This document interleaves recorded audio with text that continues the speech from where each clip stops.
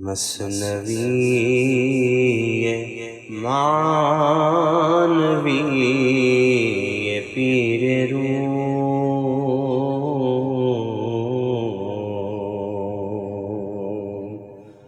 مثنوی معنوی پیر روم،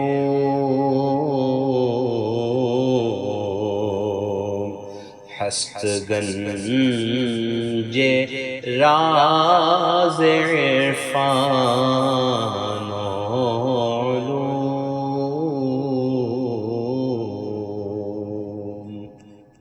بسم اللہ الرحمن الرحیم، الحمدللہ رب العالمین، والصلاة والسلام علی سیدنا و مولانا محمد سید الانبیاء والمرسلین وعلی آلہ واصحابہ اجمعین، اما بعد۔ گزشتہ کے درس میں ہماری گفتگو جہاں رکی تھی اس میں مولانا روم نے یہ بتایا تھا کہ عقل مند عالم جو صاحب دل ہے اور معرفت رکھنے والا ہے، اتنا عقل مند ہے کہ اس کو مریدوں کی تربیت اور ان کی باطنی نشوونما کے لیے جو چیزیں ضروری ہیں وہ جانتا ہے اور اس کے حساب سے ان کی تربیت کر رہا ہے۔ اگر وہ صاحب دل ہے، صاحب معرفت ہے، علم رکھنے والا ہے، تو اس کی صحبت ایک جاہل کی صحبت سے بہتر ہے۔ یہاں تک کہ اگر وہ دشمنی بھی کرتا ہے تمہارے ساتھ، اگر جفاؤں کا سلوک بھی کرتا ہے، تمہارے ساتھ ناراضگی بھی ظاہر کرتا ہے، تم کو جھڑکتا ہے، تو اس کے جھڑکنے، اس کی ناراضگی سے جاہل آدمی کی آہو بھگت اور خوشنودی بری ہے۔ انسانی مزاج ہے، انسان وہاں جانا پسند کرتا ہے جہاں اس کی تعریف ہوتی ہے، جہاں اس کی آہو بھگت ہوتی ہے، جہاں اس کو خوشنودی میسر ہوتی ہے۔ تو اگر وہ آدمی تمہارے فائدے کا نہیں ہے تو ایسے آدمی کی دوستی سے اچھا یہ ہے کہ جھڑکی سنو، ناراضگی حاصل کرو، لیکن عقل مند صاحب دل عالم اور معرفت رکھنے والے کی صحبت میں رہو، کیونکہ وہ جو کچھ کرے گا بھلے ہی تم کو برا لگ رہا ہو تمہارے فائدے کا کام کرے گا، اور دوسرا آدمی اگر تم کو اچھا بھی لگے گا تو جو کرے گا اس میں تمہارا نقصان ہی ہوگا۔ دشمن دانا بیز نادان دوست، نادان دوست سے عقل مند دشمن اچھا ہے۔ اس کا ذکر کرتے ہوئے ایک حکایت شروع کی تھی کہ ایک امیر آدمی جو سفر کر رہا تھا، راستے میں اس کو دکھائی دیا ایک شخص جو سو رہا تھا اور اس کے منہ میں سانپ داخل ہو رہا تھا۔ اب یہ جو کہانی ہے وہ کہانی آج بیان کی جائے گی۔ عاقل بر اسپ می آمد سوار، در دہان خفتہ می رفت مار۔ ایک عقلمند آدمی جو واقعی انٹلیکچول ذہن کا تھا، سمجھدار، عالم اور تمام خوبیاں رکھنے والا، گھوڑے پر سوار کسی مقام سے جا رہا تھا کہ ایک آدمی پر اس کی نظر پڑی جو سویا ہوا تھا اور اس کے منہ میں سانپ داخل ہو رہا تھا۔ اس نے دور سے یہ منظر دیکھا۔ آن سوار آن را بدید و می شتافت، تا رہانت خفت ترا فرصت نیافت۔ تو اس سوار نے اس منظر کو دیکھا اور دوڑ کر آیا۔ اب جب وہ دوڑ کر آیا تو اس دوڑ کر آنے کے دوران جو وقت لگا، اس وقت تک چونکہ سانپ چھوٹا تھا اور یہ منہ کھول کر سو رہا تھا، اس کے منہ میں داخل ہو گیا۔ یہ آدمی گہری نیند میں سو رہا ہے، وہ چھوٹا سا سانپ اس کے منہ کے اندر داخل ہو گیا، لیکن یہ دوڑ کر آیا اور اس کو بچانے کی کوشش شروع کر دی۔ تا رہانت خفت ترا فرصت نیافت، تاکہ سوتے ہوئے کو بچا لے، لیکن وقت سے پہلے، سانپ کے منہ کے اندر داخل ہونے سے پہلے تک وہ اس کو نہیں بچا سکا، کیونکہ وہاں سے وہاں تک آنے تک وقت لگ گیا۔ چونکہ از اخلش فراواں بد مدد، چند دبوں سے قوی برخفت ازد۔ چونکہ عقل کی اس کو مدد حاصل تھی، عقل مند انسان تھا، وہ جانتا تھا کہ اس حالت میں کیا کرنا چاہیے، تو اس نے فوری اپنا کوڑا نکالا اور اس سوئے ہوئے آدمی کے اوپر کوڑے مارنا شروع کر دیا۔ آدمی سو رہا تھا، اس کے منہ میں سانپ داخل ہو چکا تھا، اب وہ کوڑا نکال کے اس کو کوڑے مارنا شروع کر دیا۔ خفت اصحاب گراں چو بر جہید، یک سوار ترک با دبوس دید۔ اب سویا ہوا آدمی گہری نیند سے اٹھ گیا اور دیکھا کہ ایک ترک سوار آدمی، گھوڑے پر سوار آدمی کوڑے کے ساتھ اس کی طرف لپک رہا ہے۔ جس مار کی شدت سے نیند سے اٹھا ہے اس کو پتہ چل گیا کہ یہ مار اس کو کہاں سے مل رہے ہیں، نظر آ گیا اس کو کہ ایک آدمی اس کو کوڑے سے مار رہا ہے۔ بے محابہ ترک دبوں سے گراں، چونکہ افزو کوفت او را شد دواں۔ وہ ترک نے بے جھجک اس کو کوڑے مارے اب وہ نیند سے بیدار بھی ہو گیا تو وہ گھوڑ سوار اس کو کوڑے مار ہی رہا تھا. اس نے کوڑے مارنا روکا نہیں، وہ نیند سے اٹھنے کے بعد بھی اس کو مار رہا ہے. چونکہ اس نے بہت مارے اور اس کو تکلیف ہونے لگی تو وہ نیند سے فوری اٹھ کر بھاگنے لگا. خفت ازاں زخمے گرا برجست زود، گشت حیراں گفت آیا اینچ بود. وہ سویا ہوا آدمی اپنی اس چوٹ کی وجہ سے جلد اٹھ کر بھاگنے لگا اور حیران ہو گیا کہ یہ ایک اننون آدمی جس کو میں جانتا نہیں پہچانتا نہیں، میں نے اس کا کیا بگاڑا ہے، یہ کیا کر رہا ہے. یہ کہنے لگا کہ تم یہ کیا کر رہے ہو میرے ساتھ، کیوں کر رہے ہو، میں نے تمہارا کیا بگاڑا ہے، کیوں مجھے مار رہے ہو. برد اورا زخم آدبو سے سخت، زو گریزاں تابا زیر یک درخت. اب اس کے جسم کے اوپر کافی چوٹیں آ گئی اس کے کوڑے مارنے کی وجہ سے، تو وہ چوٹوں کی تکلیف سے نکل کر ایک جھاڑ کے سائے میں چلا گیا اور جھاڑ کے پاس جا کر وہاں پر بیٹھ گیا، چھپ گیا، جھاڑ کے قریب چلا گیا. سیب بوسیدہ بسے بد ریختہ، گفت زی خور اے بے درد آمیختہ. اب وہاں پر سڑے ہوئے سیب پڑے ہوئے تھے جھاڑ کے نیچے، بہت سارے سیب بکھرے پڑے تھے اور پورے سیب سڑے ہوئے تھے. پتہ نہیں کتنے دن پہلے وہ جھڑ کر گرے ہیں لیکن سارے سڑ گئے تھے. اس نے وہ سڑے ہوئے سیب اٹھائے گھوڑ سوار نے اور اس کی طرف آ کر کہنے لگا کہ اس کو کھاؤ. اب ہاتھ میں کوڑلا ہے اور کہہ رہا ہے کہ کھانے تو ماروں گا. سیب چنداں مردرا در خورد داد، کس دہانش باز بیروں می فتاد. اور زبردستی کر کے اس آدمی کو اتنے سیب کھلائے کہ اس کا پیٹ بھر کر، جیسا کہتے ہیں نا کہ پیٹ بھر کر حلق تک آ گیا، اتنا کھلائے. منہ میں ٹھونستا ہی جا رہا ہے سیب، کھاتا جا کھاتا جا کھاتا، اور وہ بھی سڑے ہوئے سیب. اس کو ٹھونس کر اس نے سیب کھلائے، منہ تک آ جائیں اتنے سیب کھلائے. بانک میزت کہ امیر آخر چرا، خزد من کر دی تو نادید جفا. وہ چیخنے لگا، چلانے لگا، اے میرے سردار. اب گھوڑے پر سوار ہے نا تو اس کو خوش کرنے کے لیے، اے سردار آخر یہ سب آپ کیوں کر رہے ہیں، میں نے کیا قصور کیا ہے، بغیر قصور کے میری جان لینے کا ارادہ کیوں کر رہے ہیں آپ. پہلے تو آپ کوڑے سے مارتے رہے، جب میں اٹھ کر بھاگا تو اب ایک نیا کام کر رہے ہیں، مجھے سڑے ہوئے سیب کھلا رہے ہیں، کیوں آپ میری جان لینا چاہتے ہیں.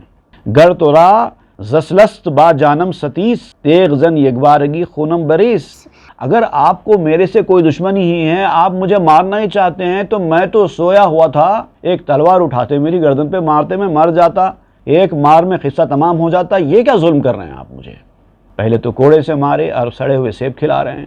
مارنا چاہتے ہیں آپ مجھے تو جب ہی مار دیتے جب میں سویا ہوا تھا، ایک تلوار سے مارتے میں مر جاتا، قصہ تمام ہو جاتا. یہ کیوں کر رہے ہیں آپ.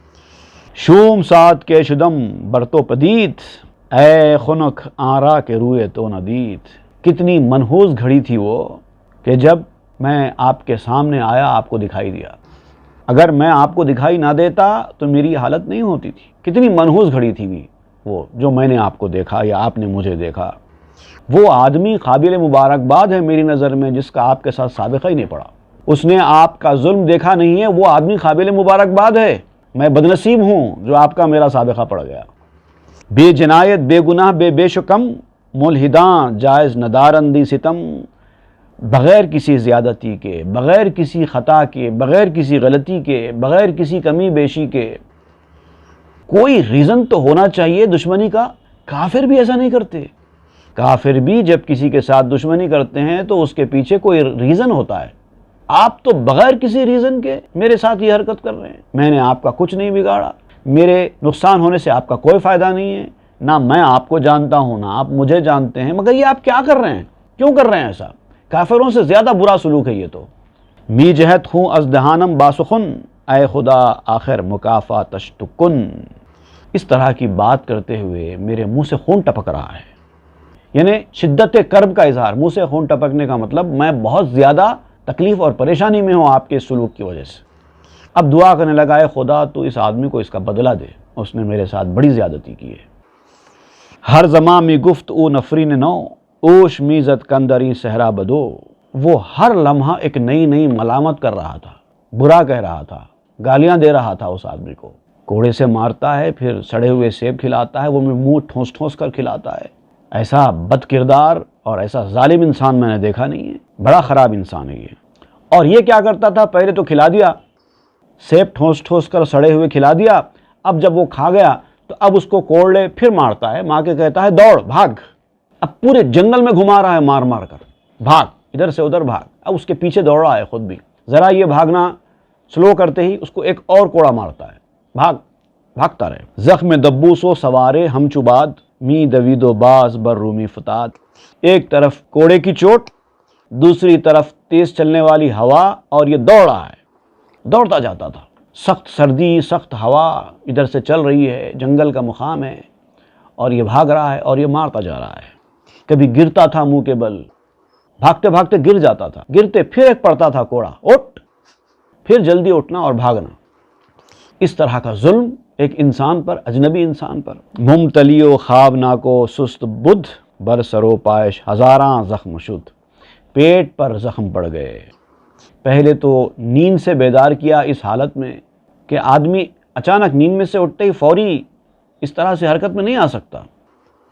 سست ہوتا ہے آدمی سوتے سوتے، اور اچانک اس کو نیند سے اٹھا کر اس طرح سے بھگا رہا ہے تو اس کے لیے بڑی سخت تکلیف تھی. وہ اس کے سر پر، پیروں پر، ہر جگہ زخم آ گئے تھے. تا شباگہ می کشید و می کشاد، تاز سفرا خیشدن بروے فتاد. اس طرح سے کھینچا تانی ہوتی رہی. یہ بھاگتا رہا، یہ بھگاتا رہا. ہوتے ہوتے ہوتے اس کی حالت خراب ہو گئی، یہاں تک کہ اس کو سفرا ہو گیا. بھئی ایک تو بھاگ رہا ہے، اس کے بعد پھر یہ سڑے ہوئے سیب معدہ کہاں سے قبول کرے گا. سفرا ہو گیا، اور سفرے کی شدت کی وجہ سے اس کو قے ہوئی. اور جب قے ہوئی تو اتنی بڑی قے ہوئی کہ زو برآمد خرد ہا زشتو نکو، مار با آن خرد بیرو جستزو. اچھا برا جو کچھ اس کے پیٹ میں تھا سب باہر آ گیا. قے ہو گئی، پورے سڑے ہوئے سیب اور جو کچھ اس نے کھایا تھا سب کا سب باہر آ گیا، اور جو کچھ اس کے پیٹ میں تھا سب باہر آ گیا. سانپ بھی باہر آ گیا. قے کے ساتھ ہی سانپ بھی، چھوٹا سا سانپ تھا، وہ بھی اس سڑے ہوئے سیبوں کے ساتھ باہر آ گیا. چون بدید از خود بروں آ مار رہا، سجدہ آورد آنی کو کردار رہا.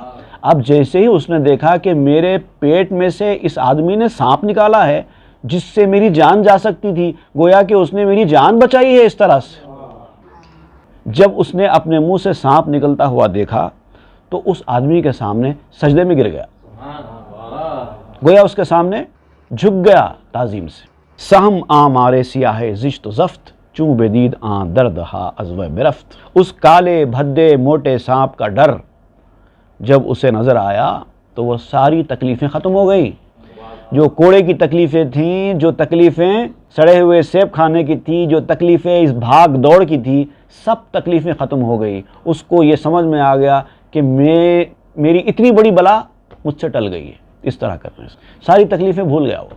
گفت تو خود جبرائیل رحمتی، یا خدائی کہ ولی نعمتی. بولا تو رحمت کا فرشتہ جبریل امین تو نہیں ہے جو میرے حق میں میری جان بچانے کے لیے اچانک نمودار ہوا ہے، یا پھر میرا خیر خواہ، میرا آقا ہے کہ جو مہربانی کر رہا ہے میرے ساتھ، میرے لیے گارڈین آف بلیسنگ بنا ہوا ہے اچانک نمودار ہو کر. تو ہے کون؟ اے مبارک ساعتے کے دیدیم، مردہ بودم جانے تو بخشی دیم. وہ کتنی مبارک اور نیک گھڑی تھی کہ میں نے تجھے دیکھا تھا. ابھی ایک جملہ تھا، تھوڑی دیر پہلے اس نے ہی ایک جملہ کہا تھا، اے خنک آرا کے روئے تو نہ دید. وہ آدمی قابل مبارکباد ہے جس نے تیرا چہرہ نہیں دیکھا، اور اب کہتا ہے وہ کتنی مبارک گھڑی تھی جب میں نے تجھے دیکھا تھا. مردہ بودم جان نو بخشی دیم. میں تو مر چکا تھا، تو نے نئی زندگی بخشی. تو مرا جویاں مثال مادراں، من گریزاں است مانند خراں. تو ماؤں کی طرح دیکھ بھال کرنے والا ثابت ہوا. جب بچے روتے ہیں تو ماں بچے کے رونے کی پرواہ نہیں کرتی، بچے کے لیے جو بھلا ہے وہ کرتی ہے. بچہ کھانا نہیں چاہتا، ماں ٹھوس ٹھوس کر کھلاتی ہے. تو نے وہ کام کیا ہے میرے ساتھ. مجھے پسند نہیں آ رہا تھا تیرا کھلانا، لیکن تو نے تب بھی مجھے کھلایا. ماں کا کام کیا ہے تو نے. من گریزاں است مانند خراں. اور میں تھا کہ گدھوں کی طرح تجھ سے بھاگتے پھر رہا تھا، تجھے برا بھلا کہہ رہا تھا. خر گریزد اس خداوند اسخری، صاحبش در پیز نیکو اختری. گدھا جو ہے مالک سے بھی گدھا پن ہی کرتا ہے، اور اس کا مالک اس کی بھلائی کی ہی فکر کرتا رہتا ہے، اس کی نیک بختی کے در پہ ہی ہوتا رہتا ہے. گدھا تو گدھا ہی ہے، وہ اپنے مالک کے ساتھ بھی گدھا پن ہی کرے گا، لیکن مالک انسان ہوتا ہے نا، وہ گدھے کی طرح گدھا پن نہیں کرتا. وہ اس کی بھلائی کی فکر کرتا ہے۔ اب دیکھیے کس سلسلے میں یہ بات بیان ہو رہی ہے، گزشتہ کے درس سے آپ اس کو لنک کیجئے۔ جب تربیتی مراحل میں کسی کے ساتھ سختی ہوتی ہے تو وہ سختی کو پسند نہیں کرتا، آپ وہی بتا رہے ہیں، وہ گدھاپن ہوتا ہے جو اس کو پسند نہیں آتا۔ لیکن تربیت دینے والا جانتا ہے کہ تمہارے ساتھ کیا کرنا ہے، کب نرمی کرنی ہے، کب سختی کرنی ہے۔ تم بھلے سختی کو کتنا ناپسند کرو، وہ سختی کرے گا ہی کرے گا۔ نصب سودو زیامی جویدش لیکتا گرگش نہ درت یا ددش، وہ نفع نقصان کے لیے نہیں ڈھونڈتا۔ جو تربیت کرنے والا ہوتا ہے وہ اپنے نفع نقصان کے لیے نہیں کرتا، یہ اس وجہ سے کرتا ہے کہ اس آدمی کا نقصان نہ ہو جائے، اس کو درندہ یا بھیڑیا پھاڑ نہ ڈالے، اس لیے کرتا ہے۔ ایک درندہ ہوتا ہے، ایک بھیڑیا ہوتا ہے، ایک ہوتا ہے شیطان، ایک ہوتا ہے نفس۔ اگر تربیت کرنے والا اس کو اپنی نگرانی میں رکھ کر سختیاں نہ کرے، اس کو اس کے حال پہ چھوڑ دے، تو دو دشمن اس کے بیٹھے ہوئے ہیں، ایک اس کا نفس ہے، ایک اس کا شیطان ہے، یہ دونوں مل کے پھاڑ دیں گے اس کو۔ اسی لیے تربیت میں رہنا ضروری ہے، اور تربیت کے دوران سختیوں کو جھیلنا بھی ضروری ہے، ناراضگیوں کو جھیلنا بھی ضروری ہے۔ ہر چیز مہربانی سے نہیں ہوتی، کبھی مہربانی ہوتی ہے، کبھی سختی ہوتی ہے، کبھی تعریف ہوتی ہے، کبھی نالش ہوتی ہے۔ ہر چیز کو برداشت کرنا ہوگا۔ اے خنک آرا کے بی ندرو، یہ تو اب کہتا ہے مبارکباد ہے وہ شخص، وہ آدمی بڑا مبارک ہے جس نے تیرا چہرہ دیکھا ہے۔ وہ آدمی بڑا مبارکباد ہے جس نے تیرا چہرہ نہیں دیکھا، یہ پہلے کہا۔ اب جب پتا چل گیا کہ اس میں کیا حکمت تھی، جب حکمت سامنے آ گئی تب الٹی بات کہہ رہا ہے۔ مبارک ہے وہ جو جس نے تیرا چہرہ دیکھا۔ یا درفتد ناگہاں درکوئے تو، یا وہ جو تیرے کوچے میں اچانک پہنچ جائے، وہ بھی مبارک ہے۔ اگر تو نہ آتا، مجھ پر مہربانی نہ کرتا، تو میری تیری ملاقات ہی کہاں ہوتی؟ کتنی مبارک ساتھ تھی جب تیری میری ملاقات ہوئی۔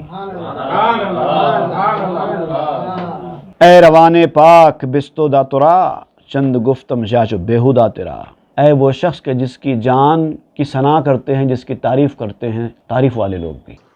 تو ایسی شخصیت ہے کہ قابل تعریف لوگ بھی تیری تعریف کرتے ہیں، اور میں ہوں کہ میں نے تیرے ساتھ کتنی بیہودہ بکواس کی۔ تو میری بھلائی کی سوچتا رہا اور میں تیرے بارے میں شک کرتا رہا کہ تو میرے ساتھ دشمنی کر رہا ہے۔ یہ میری بےہودگی ہے، یہ میری بکواس تھی جو میں نے ایسا کہا ہے۔ اے خداوندو شہنشاہ و امیر، من نہ گفتم جہل من گفتہ مگیر، اے آقا، اے میرے شہنشاہ، اے میرے سردار، میں نے جو کچھ کہا اپنی نادانی سے کہا، اس پر میری گرفت مت کر۔ غلطی ہو گئی مجھ سے، مجھے جو نہیں کہنا چاہیے تھا میں نے کہہ دیا، جس بارے میں مجھے اپنی زبان نہیں کھولنی چاہیے تھی میں نے کھول دی۔ اب میں تیرے سامنے بھیک مانگتا ہوں، مجھے معاف کر دے اور میری گرفت مت کر میرے باتوں کی وجہ سے۔ شم ایزی حال اگر دانست میں، گفتنے بیہودہ نتوانست میں، اگر میں اس حال کا تھوڑا سا حصہ بھی جان لیتا کہ تو کیوں کر رہا ہے تو کبھی اس طرح کی باتیں نہیں کرتا۔ مجھے پتہ نہیں تھا نا آپ یہ سب کچھ کیوں کر رہے ہیں، مجھے نہیں پتا تھا، میں تو سو رہا تھا، مجھے پتہ ہی نہیں تھا کہ وہ چھوٹا سانپ میرے منہ کے اندر سے داخل ہو کر میرے پیٹ میں جا چکا ہے۔ میں تو صرف یہی دیکھ رہا تھا کہ ایک شخص مجھے مار رہا ہے، سڑے ہوئے سیب کھانے پر مجبور کر رہا ہے، جنگل میں دوڑنے پر مجبور کر رہا ہے، جس کی وجہ سے میرے جسم پر زخم آ گئے۔ مجھے صرف یہی نظر آ رہا تھا، وہ حکمت جو تھی اس کے پیچھے تیری وہ مجھے پتہ نہیں تھا۔ اگر پتہ ہوتا یقیناً میں ایسے کلمات زبان سے نہیں نکالتا۔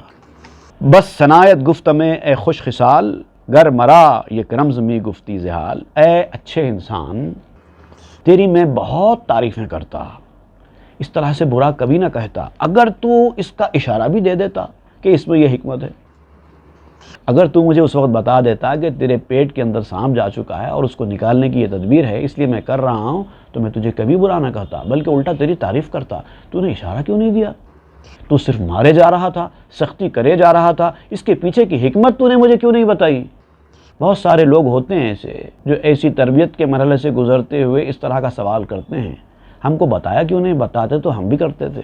بہت ساری باتیں نہیں بتائی جا سکتی، اب بتا رہے ہیں کہ کیوں نہیں بتائی جا سکتی، یہ بتا رہے ہیں۔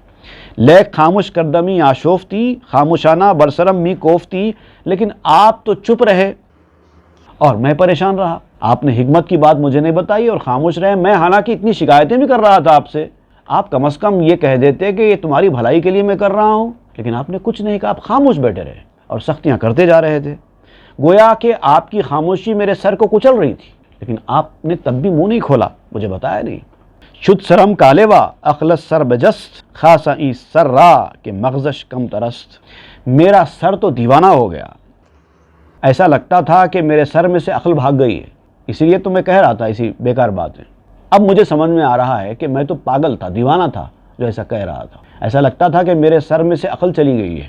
خاصا ای سر را کہ مغزش کم ترست، خاص طور سے اس وقت جس کی عقل پہلے سے ہی کم ہے. میں تو ہوں کم عقل والا انسان، اب وہ ہے تھوڑی سی عقل، وہ بھی اگر چلی جائے تو شکوے شکایت تو ہوں گے ہی ہوں گے. میں تو ایسی بد زبانی کروں گا ہی کروں گا. افکن اے خوبرو اے خوبکار، اے خوبرو خوب سیرت انسان، مجھے معاف کر دے. آنچ گفتم از جنوں اندر گزار، پاگل پن سے جو میں نے کہا ہے اس سے درگزر کر، اس کو نظر انداز کر دے.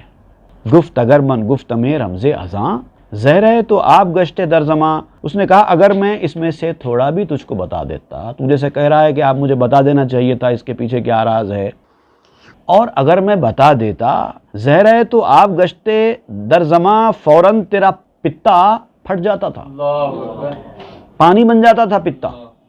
تجھے اگر اس وقت یہ بتا دیا جاتا کہ تیرے پیٹ کے اندر سانپ داخل ہو گیا ہے تو تو وہیں مر جاتا تھا خوف کے مارے. مجھے تجھے مارنا نہیں تھا نا، اس لیے نہیں بتایا.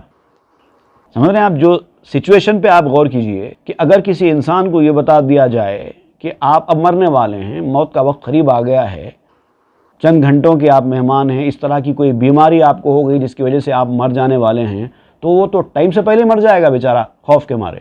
تو اس کو نہیں بتایا جاتا، علاج کیا جاتا ہے. میں نے علاج کیا اور وہ چیز تیرے اندر سے نکال دی. تو بعض حکمتیں ایسی رہتی ہیں اس کے تحت انسان کو بعض چیزیں نہیں بتائی جاتی. بتانا نقصان دہ ثابت ہو جاتا ہے. گر تو رامی گفت میں اوصاف مار، ترس از جانت براورد دمار. اگر میں تجھے سانپ کے جو باتیں ہیں، سانپ کیا ہوتا ہے، کیسا ہوتا ہے، تیرے پیٹ میں کتنا داخل ہوا، کیا ہوا، اگر یہ ساری تفصیل میں بتا دیتا تو خوف سے ہی تیری جان نکل جاتی.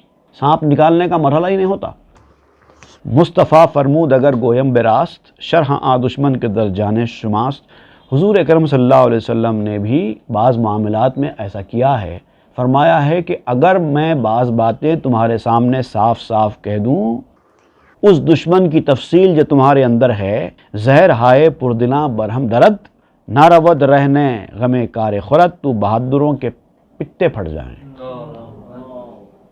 بعض باتیں نہیں بتائی جا سکتی، کمزوروں کا تو ذکر ہی نہیں ہے، بہادروں کے پتے پھٹ جائیں گے. نہ کوئی راستہ چلے گا، نہ کسی کام کی فکر کرے گا. دوزخ کیا چیز ہوتی ہے اگر میں تمہیں بتاؤں تو لوگ خوف کے مارے اپنی دنیاوی زندگی بسر نہیں کریں گے، دنیا کا کاروبار نہیں چلے گا، لوگ دیوانے ہو کر نکل جائیں گے. اس لیے نہیں بتایا گیا، جتنا بتانا ہے اتنا بتایا گیا. اور بہت ساری راز ہے کی باتیں ایسی جس کو لوگوں سے چھپا کر رکھا گیا ہے. جو وہ ظرف والے ہیں ان کو کسی قدر بتایا گیا، جو کم ظرف ہیں ان کو نہیں بتایا گیا.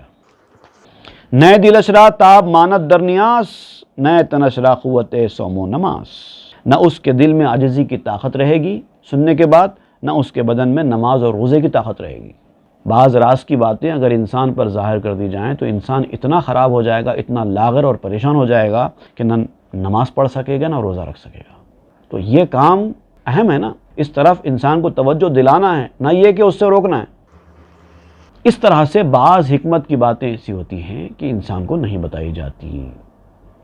ہم چو موشے پیش گربا لاشوت، ہم چو برا پیش گرگ از جاروت. وہ چوہے کی طرح جو بلی کے سامنے معدوم ہو جائے. چوہا بھاگتا ہے بلی سے اور بلی اس کو جان لینے کے لیے آتی ہے، اس کو پکڑنے کے لیے آتی ہے. اگر چوہا بلی کے ہاتھ میں ہو تو ہمت ہی ہار دیتا ہے چوہا اپنی زندگی سے. اگر بلی کے ہاتھ میں نہ ہوگا، سامنے ہوگا تو اپنی جان بچانے کے لیے دوڑے گا، لیکن اس کے قابو میں چلا جائے گا تو اب جان بچانے کی کوشش بھی نہیں کرتا، سرنڈر ہو جاتا ہے، مایوس ہو جاتا ہے زندگی سے. تو مایوس کرنا نہیں ہے، کوشش کرانا ہے. ہم چو برا پیش گرگ از جاروت، اس بکری کے بچے کی طرح جو بھیڑیے کے سامنے سے بھاگے. وہاں پر بھی ویسی ہے، بکری کا بچہ اور بھیڑیا جب بکری کے بچے کو پکڑ لیتا ہے، ایک بار بھیڑیے کے ہاتھ میں بکری کا بچہ آ جاتا ہے تو اب وہ بھاگنے کی کوشش ہی نہیں کرتا، کیونکہ اس کو معلوم ہے میں نہیں بھاگ سکتا، میری زندگی تو برخاست ہو گئی. یہ مایوسی میں آ جاتا ہے. تو مایوس کرنا مقصد نہیں ہے. تجھے بھگانا تھا، وہ سڑے ہوئے سیب کھلانا تھا تاکہ تیرے پیٹ کے اندر صفرا پیدا ہو اور تو اس صفرے کے ساتھ دوڑے، اس کی وجہ سے تجھے قے ہو اور قے کے ساتھ سانپ باہر آ جائے. اگر تجھے یہ پہلے پتہ چلتا تو یہ سب کچھ تجھ سے ہو ہی نہیں سکتا تھا، تو وہیں کمزور ہو کر بیٹھ جاتا تھا. بھاگ سکتا تھا؟ اگر کسی کو پتہ چل جائے کہ اس کے پیٹ میں سانپ جا چکا ہے اور وہ کچھ لمحوں کا مہمان ہے تو وہ بھاگ سکتا ہے؟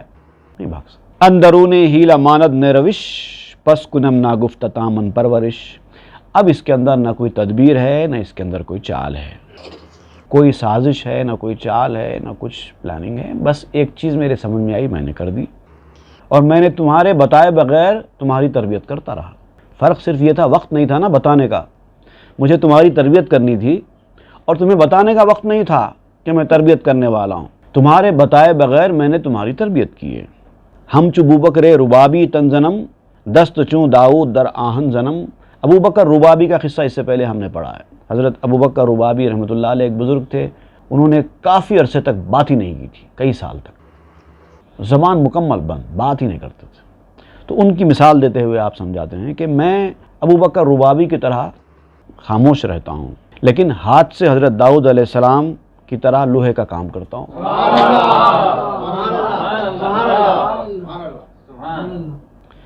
زبان بند رکھو اور اپنا کام کرو.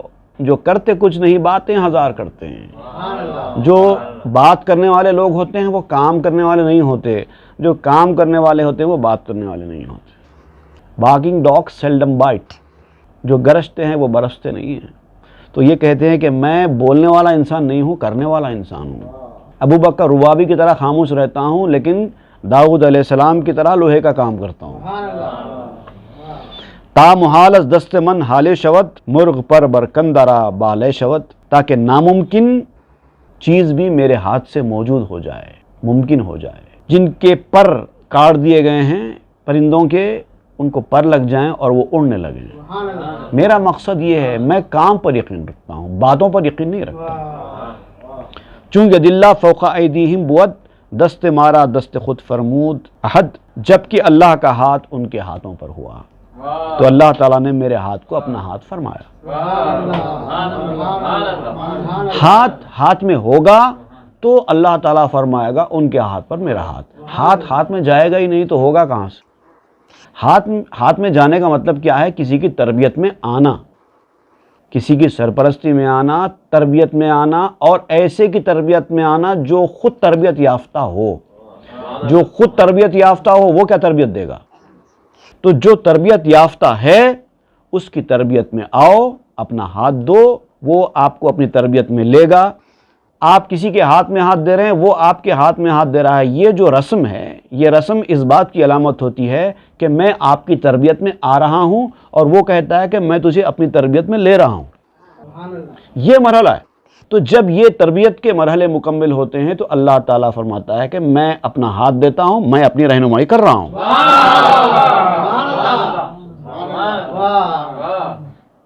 شرط صرف یہ ہے کہ جس کے ہاتھ میں ہاتھ دیا جا رہا ہے وہ تربیت یافتہ ہونا چاہیے. اگر وہ خود تربیت یافتہ نہ ہو تو یہ مرحلہ پورا ہو ہی نہیں سکتا. پس مرا دستے دراز آید یقین بر گزشتہ زاسمان ہفتمی. تو یقیناً میرا ہاتھ دراز ہو گیا، 7ویں آسمان سے آگے بڑھ گیا.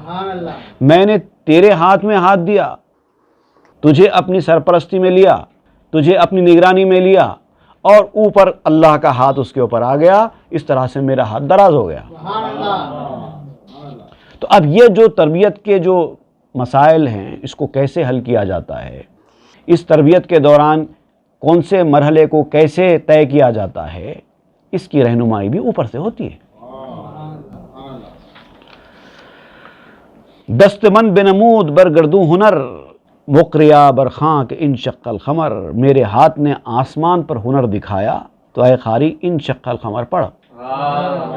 میں نے جو انگلی گھمائی، اب رسول اللہ صلی اللہ علیہ وسلم کی حدیث کے حوالے سے جو بات کر رہے ہیں نا، تو رسول اللہ فرماتے ہیں زبان حال سے، حدیث نہیں ہے، زبان حال سے کہنا کہتے ہیں اس کو.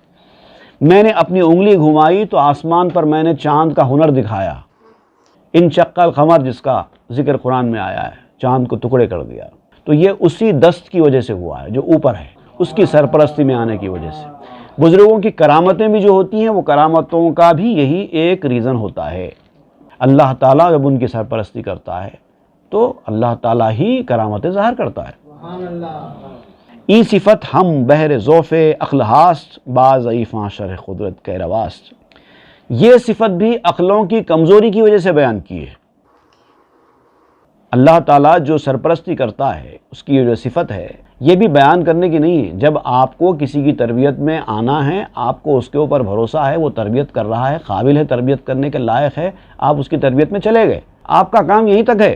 اب اس کی رہنمائی کون کر رہا ہے، وہ کس کی سرپرستی میں ہے، کیا کر رہا ہے، یہ آپ کا کام نہیں ہے، یہ اس کو ضرورت ہے اس چیز کی۔ لیکن چونکہ آپ کی عقل کمزور ہے، آپ کا ایمان کمزور ہے، عقیدہ کمزور ہے، اسی لیے یہ بیان کیا گیا ہے۔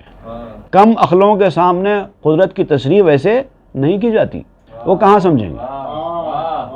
آپ اس میدان میں آنا چاہتے ہیں اس لیے آپ کو بتایا گیا ہے۔ جو بے وقوف کم عقل لوگ ہیں جو اس میدان میں آنا ہی نہیں چاہتے، ان کو یہ باتیں بتانے کی بھی نہیں ہے۔ خود بدانی چوں براری سرز خواب، ختم شد واللہ عالم بالصواب۔ بتانے کی ضرورت اس لیے نہیں ہے کہ ایک وقت کے بعد جب تیرا مسئلہ حل ہو جائے گا تو خود جان جائے گا، تو اب وقت سے پہلے بتانا کیا ضروری ہے؟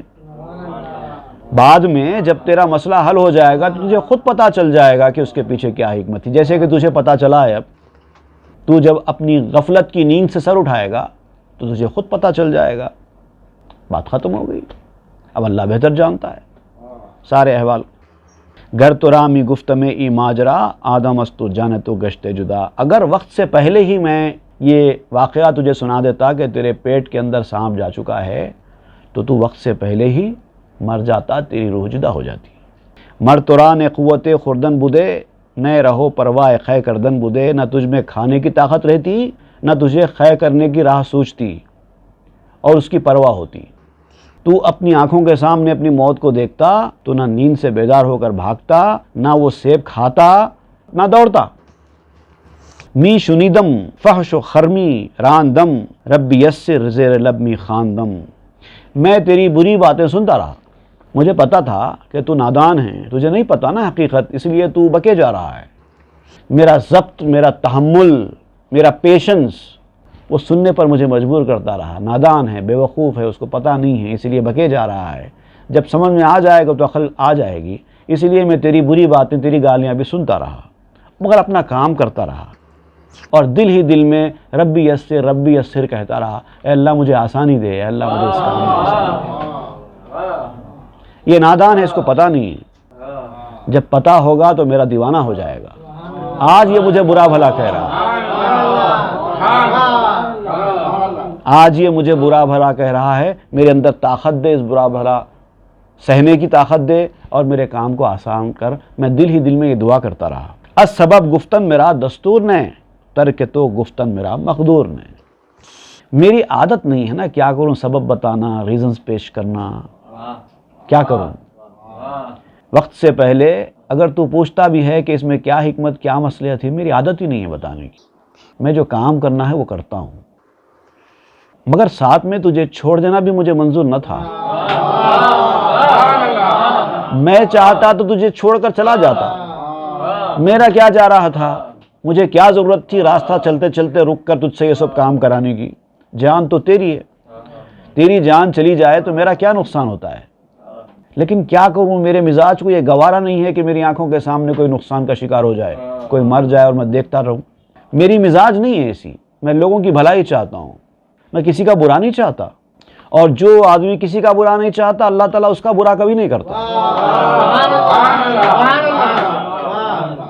کہو احمد اپنا برا کیسے ہوگا، کسی کا برا ہم کہاں چاہتے ہیں،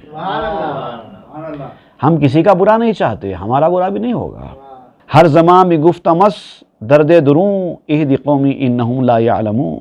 اندرونی تکلیف کی وجہ سے میں ہر وقت کہتا تھا، اے اللہ میری قوم کو ہدایت دے، وہ جانتے نہیں ہیں۔ رسول اللہ صلی اللہ علیہ وسلم کے ساتھ جب ظلم و ستم کیا جاتا تھا، کافر جب سختی کرتے تھے اور مجھے تکلیف ہوتی تھی، دو قسم کی تکلیف ہوتی تھی، ایک تو ان کے ظلم کی تکلیف جو ظاہری تکلیف تھی، دوسری تکلیف اندرونی تکلیف، میری قوم میری بات نہیں مان رہی ہے، حالانکہ میں سب کچھ کر رہا ہوں ان کے لیے، ان کی بھلائی کی فکر کر رہا ہوں، یہ اگر مانے تو ان کا بھلا ہے، نہ مانے تو ان کا نقصان ہے، میرا کچھ نہیں ہے۔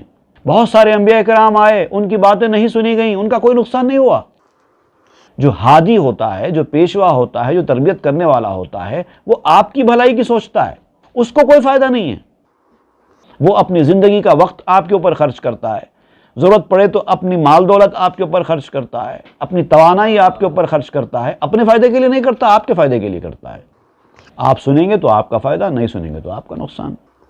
تو مگر اس کو تکلیف ہوتی ہے جب آپ کسی کی بھلائی کے لیے پوری کوشش کرتے ہیں، پوری توانائیاں لگاتے ہیں، تب بھی سامنے والا ریسپانس نہیں دیتا، آپ کو تکلیف ہوتی ہے۔ میں اس کی بھلائی کی سوچ رہا ہوں اور مجھے پر وہ ظلم کر رہا ہے، مجھے پر وہ الزام دھر رہا ہے، تو تکلیف ہوتی ہے۔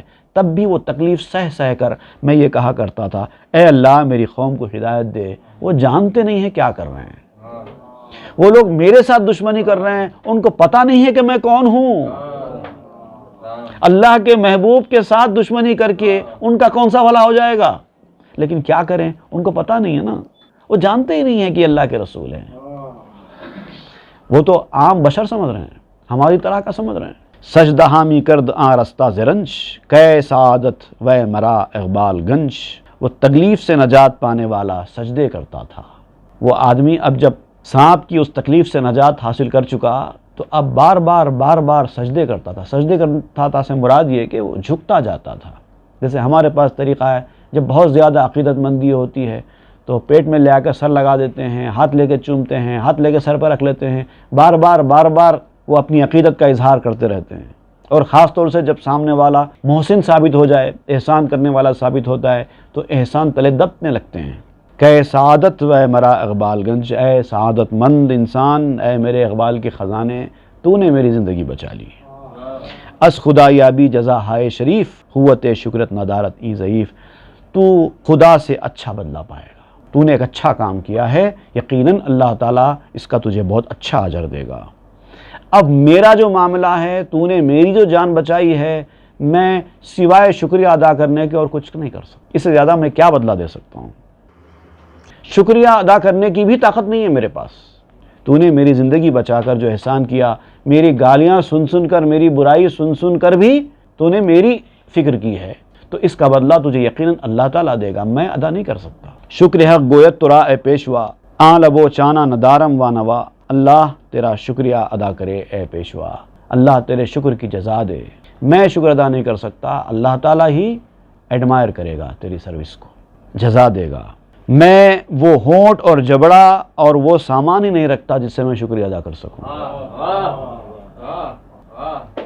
تو نے وہ کام میرے ساتھ کیا ہے کہ اس کے شکریہ ادا کرنے کے لیے جن جن چیزوں کی ضرورت ہے وہ چیزیں میرے پاس ہے ہی نہیں، میں کہاں سے ادا کروں؟ دشمنی آخلاں زی ساں بود، زہر ایشاں ابتہاج جاں بود۔ تو اب یاد رکھو، عقل مندوں کی دشمنی اسی طرح کی ہوتی ہے۔ ہم نے جو کہا نا، عقل مندوں کی دشمنی اچھی ہے بے وقوفوں کی دوستی سے، تو یہ عقل مند کی دشمنی تھی جو اس نے تیرے ساتھ مار پیٹ کی، تجھے سڑے ہوئے سیب کھلائے، یہ اس کی ظاہری طور پر دشمنی تھی، اسی طرح کی ہوتی ہے۔ اور اس دشمنی کی وجہ سے جو زہر وہ کھلاتا ہے، سڑے ہوئے سیب، زہر تھا نا بھئی، سڑے ہوئے سیب کی شکل میں جو زہر اس نے تجھے اپنی دشمنی میں کھلائے، وہ جان کی خوشی ثابت ہوئی۔ تو عقل مند تربیت کرنے والا جب آپ کے ساتھ سختی کرتا ہے تربیت کے دوران، تو وہ سختی بھی آپ کے لیے خوشگوار ثابت ہوتی ہے، اس کو صدق دل کے ساتھ، خوشی کے ساتھ قبول کرو۔ دوست یہ ابلہاں رنجو زلال، ای حکایت بشنو از بہر مثال۔ اور بے وقوف کی دوستی سوائے رنج اور سوائے گمراہی کے اور کچھ نہیں دلاتی۔ اچھے آدمی کی دشمنی سے بھی فائدہ ہوتا ہے، برے آدمی کی دوستی سے بھی نقصان ہوتا ہے۔ اب آپ نے اچھے آدمی کی دشمنی کی مثال دی، اب بے وقوف کی دوستی کی مثال دے رہے ہیں، اور فرماتے ہیں کہ اب اس مثال کو سمجھنے کے لیے ایک قصہ سنو۔ یہ قصہ ہم آئندہ کے درس میں پڑھیں گے۔ صلی اللہ تعالیٰ علی خیر خلق سیدنا محمد وآلہ واصحابہ اجمعین والحمد للہ رب العالمین۔ مثنوی معنوی پیر روم،